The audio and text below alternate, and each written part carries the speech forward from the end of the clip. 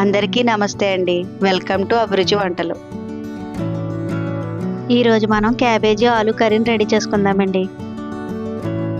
ఈ విధంగా సింపుల్గా మసాలాను ప్రిపేర్ చేసుకుని క్యాబేజీ ఆలు కర్రీని రెడీ చేసి చూడండి, చాలా టేస్టీగా ఉంటుంది.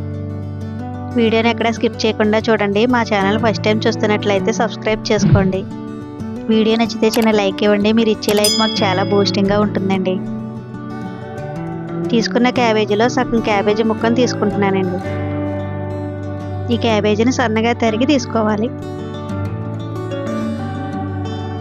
ఆలు ముక్కల్ని కొంచెం పెద్దగా కట్ చేసుకుంటే బాగుంటుందండి. ఒక మిక్సీ జార్లో 1 టేబుల్ స్పూన్ ధనియాలని, 3 లవంగ ముక్కల్ని, 4-5 వెల్లుల్లి రెమ్మల్ని వేసుకొని వీటిని మెత్తని పొడిలా చేసుకోవాలి. స్టవ్ పై కడాయి పెట్టుకుని కడాయిలో 3 టేబుల్ స్పూన్ ఆయిల్ వేసుకోవాలి. ఆయిల్ బాగా హీట్ అయిన తర్వాత మనం కట్ చేసుకున్న ఆనియన్, పచ్చిమిర్చిని కూడా వేసుకుని రెండింటిని కలుపుతూ వేయించుకోవాలి. ఆనియన్స్ కొద్దిగా కలర్ మారిన తర్వాత ఇందులో మనం ముందుగా కట్ చేసి పెట్టుకున్న క్యాబేజీని కూడా వేసుకుని బాగా కలుపుకోవాలి. క్యాబేజీని బాగా కలుపుకొని మూత పెట్టుకుని మగ్గించుకోవాలండి. క్యాబేజీ ఆయిల్లో ఎంత బాగా మగ్గితే మన కర్రీ టేస్ట్ అంత బాగుంటుందండి.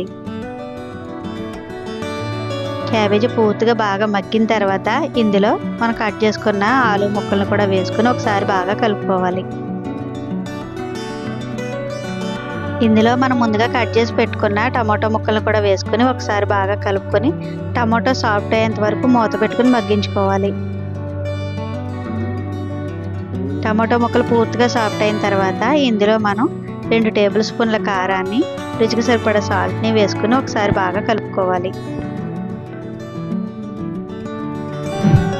ఉప్పు కారాలను బాగా కలుపుకున్న తర్వాత 1 నిమిషం పాటు బాగా మగ్గించుకుని ఇప్పుడు ఇందులో కర్రీకి సరిపోయిన వాటర్ని యాడ్ చేసుకోవాలి.